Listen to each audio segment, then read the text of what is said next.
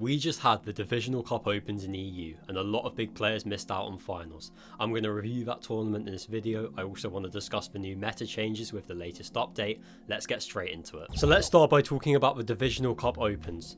It's been a trend since Globals that French players have been doing well, and this continued yesterday with Akira and Karama finishing in first place. These guys have been placing really well this season. Obviously Karama's top of the solo series leaderboard too.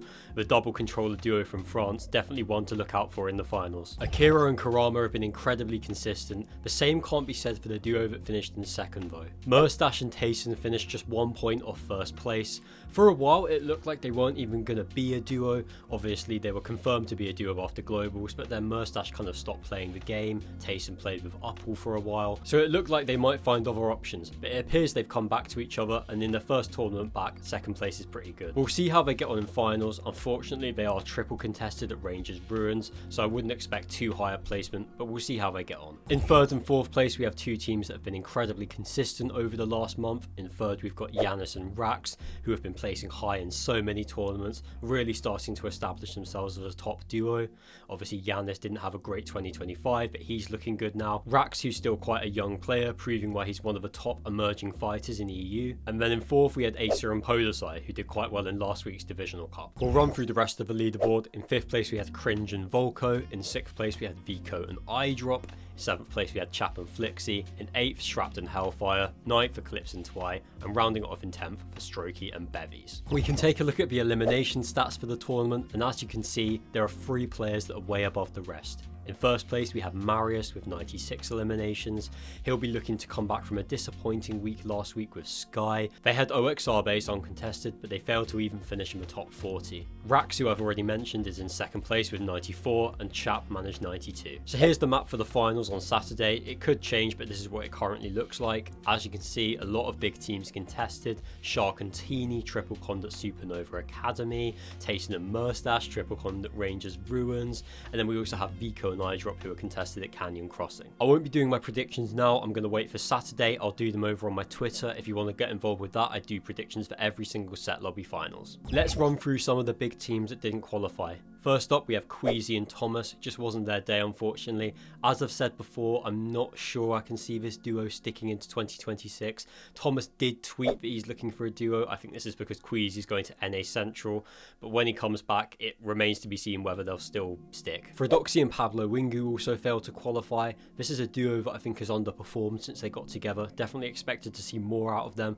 especially considering Fredoxy and Chino won the first Divisional Cup, but since Chino left to play with Venom, it's not really been the same for Fredoxy. Mr. Savage and Scroll also didn't qualify. Obviously this duo only just got together this week, but in their first tournament they did struggle a little bit. It's unconfirmed whether we'll see them playing together again next week. Hicks and Yapko also failed to qualify. Yapko is now looking for a duo, and we also had last week's winners miss out. Mumsy and Sato failed to qualify through opens. Before I discuss which EU players did well in NA Central, let's go over some duo updates.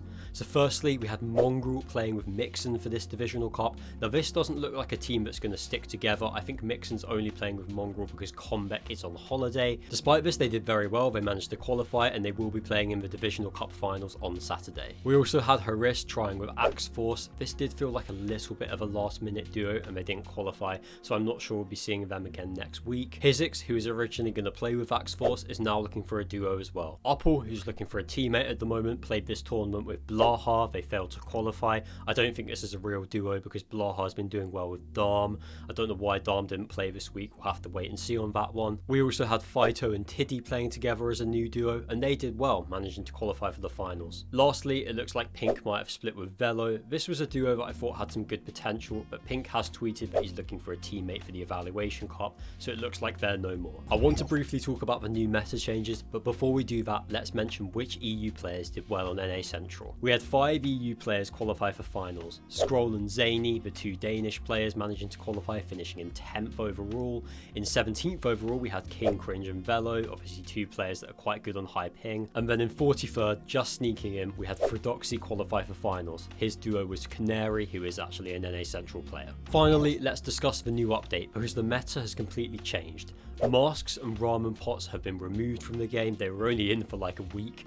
The meta's been shifting a lot lately, and now crash pads are back. I had kind of given up hope on crash pads being added back back. If you don't know, there was a bug with them which caused them to be removed a few weeks ago, and I thought that would be the last we'd see of them, but no, they're back in the game. So yes, the meta is different, but at least we still have a lot of movement. To be honest, I like the mask meta, I like the crash pad meta. Both of them are good, so I'm happy with either. Wood stake shotguns have also been added back to the game. I don't see this impacting the meta too much because it's not like they're better than the sentinel pumps, so I don't think this change is going to mean too much. And finally, we have some map changes. 5 POIs have been given new names and appear to have been updated for Halloween. We've got Resistance Base, which is now Creepy Camps, Shiny Shafts, which is now Viney Shafts, Foxy Floodgate is now Gaudy Gate, Shining Span is Pumpkin Pass, and Outpost Enclave is Freaky Fields. We'll get to see these new POIs in action in a tournament for the first time today, as we have the Eval Cup, so I'll talk more about how good they are in tomorrow's video. Looking ahead, as I just mentioned, we have the Evaluation Cup tonight.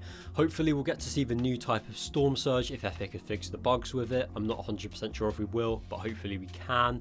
And then on Saturday we have the Divisional Cup finals. Let me know in the comments what you thought about the Divisional Cup, which teams impressed you, which teams you want to see a little bit more from. Do you like the new meta changes? Do you want masks back in the game, or are you happy to see crash pads return? Thank you very much for watching the video. See you in the next one.